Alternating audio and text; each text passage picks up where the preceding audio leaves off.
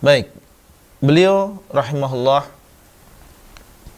telah menghabiskan umurnya untuk dakwah ini dan untuk agama ini, dan meninggalkan untuk kaum muslimin karangan-karangan yang banyak.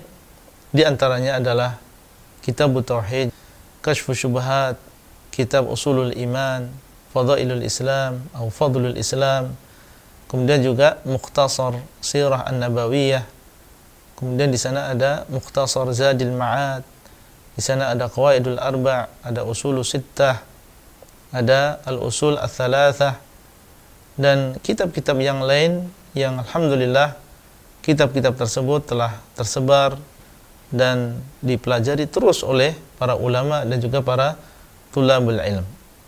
Nah, kemudian beliau rahimahullah meninggal dunia pada tahun 1206 Hijriah. Meninggal dunia pada tahun 1206 Hijriah, sehingga umur beliau kurang lebih 91 tahun. Ya, 91 tahun setelah meninggalkan banyak warisan berupa ilmu agama.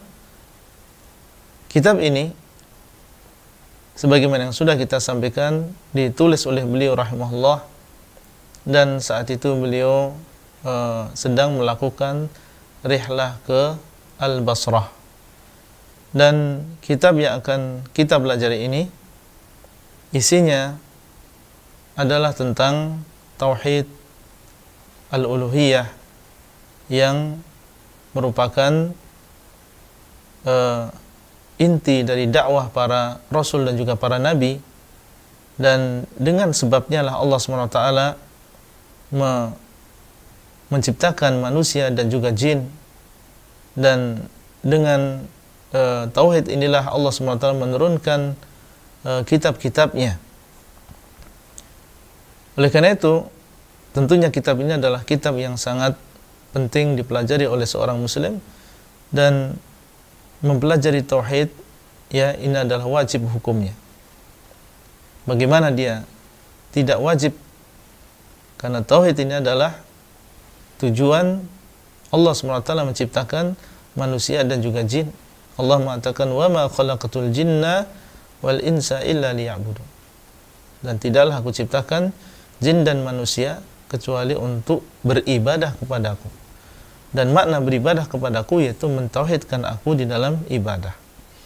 Kemudian di antara manhaj metode yang dilakukan oleh Syekh di dalam kitab ini adalah kitab ini dipenuhi dengan ayat dan juga hadis dan ucapan para salaf.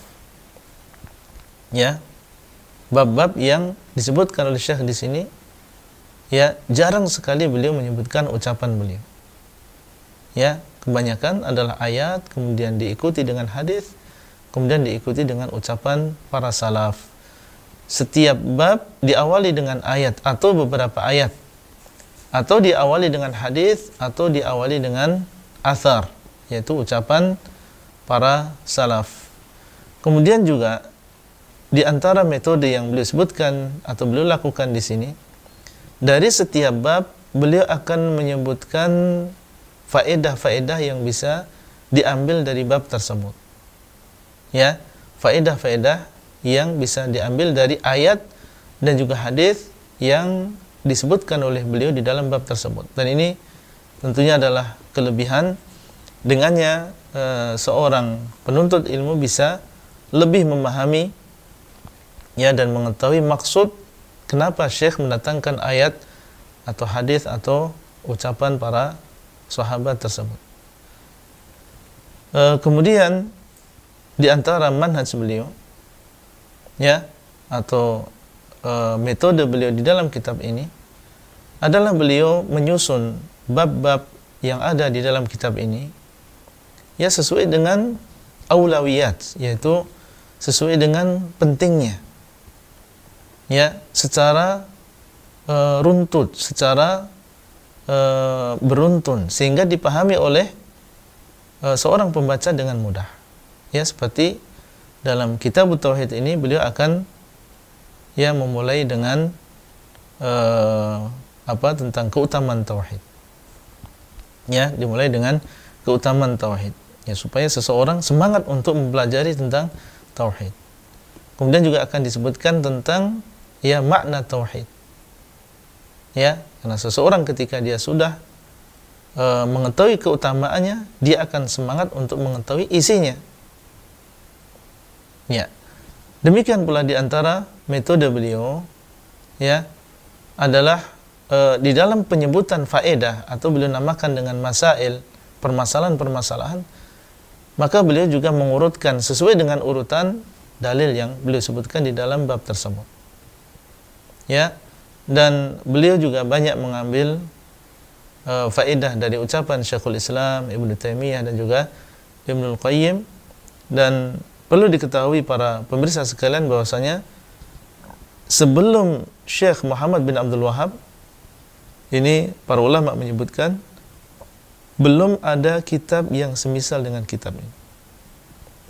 Ya, maksudnya ketika menyebutkan tentang tauhidul uluhiyah, ya, belum ada sebelum Syekh Muhammad bin Abdul Wahhab orang yang menulis kitab seperti beliau. Itu di dalam masalah ya tauhidul uluhiyah ini dengan bab-bab yang disebutkan oleh beliau, membawakan ayat, membawakan hadis, membawakan athar. Maka ini tentunya adalah sebuah kelebihan yang Allah SWT berikan kepada siapa yang Allah kehendaki. Kemudian tentang bagaimana cara beliau menulis, beliau bagi kitab ini dalam beberapa bab. Ya, jadi kitab ini terbagi menjadi beberapa bab. Kemudian beliau memulai dari setiap bab itu dengan ayat, ya, satu ayat atau beberapa ayat yang menunjukkan tentang tema tertentu atau materi tertentu. Kemudian setelah itu diikuti dengan hadis, dan ini persis seperti yang dilakukan oleh Al-Imam Al-Bukhari. Ya, di dalam Sahih Al-Bukhari beliau rahimahullah di dalam setiap bab itu mendatangkan ayat, ya, kemudian juga mendatangkan setelah itu mendatangkan hadis.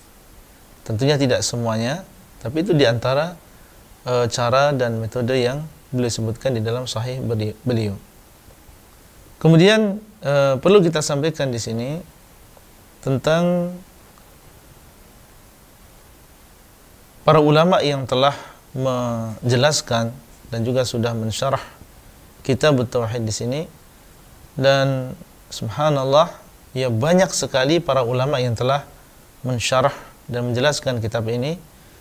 Di antaranya adalah cucu beliau sendiri, Syekh Sulaiman bin Abdullah Ibni Muhammad Ibn Abdul Wahhab, ya, di dalam kitab beliau Taisir Al-Aziz Al-Hamid.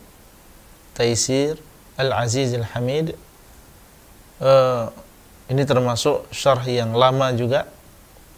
Kemudian juga Fathul Majid yang ditulis oleh cucu beliau juga, yaitu Syekh Abdurrahman bin Hasan bin Muhammad bin Abdul Wahhab. Kemudian di sana ada Qurratu Uyunil Muwahhidin,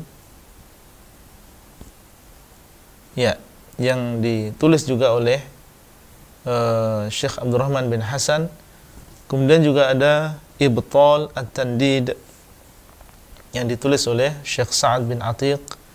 Ada juga Al-Qaulus Sadid yang dikarang oleh Syekh Abdurrahman As-Sa'di. Kemudian juga ada di sana hasyiah untuk kitab Tauhid yang ditulis oleh Abdurrahman bin Qasim, ya, dan di sana ada Al-Jadid yang ditulis oleh Syekh Abdul Aziz Al-Qara'awi. Kemudian Al-Qaul Mufid yang ditulis oleh Syekh Ibn Utsaimin, dan masih banyak lagi, ya. Banyak di antara ulama baik yang dahulu maupun yang sekarang yang mereka memiliki syarh untuk kitab Tauhid ini.